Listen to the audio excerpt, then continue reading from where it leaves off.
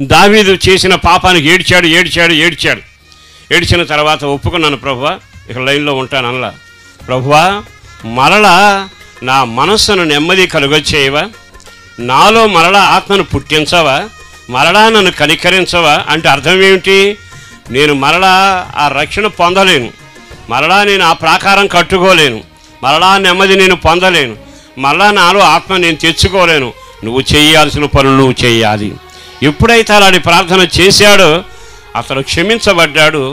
ఆ తర్వాత ఒక్కడి తప్ప మిగతా విషయంలో నీతిమంతుడిగా ఉండి కృపను శాశ్వత కృపగా పొందగలిగాడు. దండం పెట్టి చెబుతున్నా, మీ కృప శాశ్వత కృపగా మారాలి.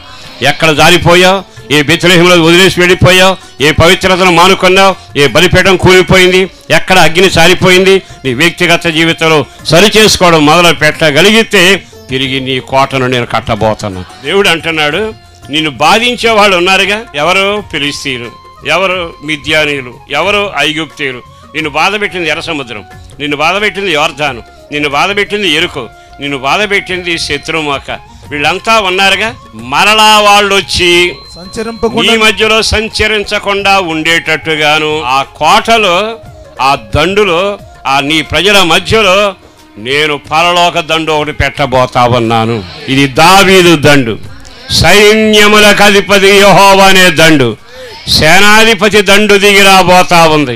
ఇప్పుడు మీ జీవితంలో కోటలు కట్టబడతాయి, మీ గుమ్మాలు కట్టబడతాయి, పడిపోయిన మీ గోడలు కట్టబడతాయి, ఆరిపోయిన బలిపేడాలు కట్టబడతాయి, వెనకబడిపోయిన జీవితం కట్టబడుతుంది. లోకానుసారమైన నడక, లోకపు మాటలు మీ నోట్లో చాలా ఎక్కువైపోయి ఈ మధ్య, అవి కూడా కట్టబడతాయి. అగ్ని కాల్చబడబోతుంది. ఒక దండు చేత మీరు నడిపించబడతారు. భయపడనక్కరలేదు.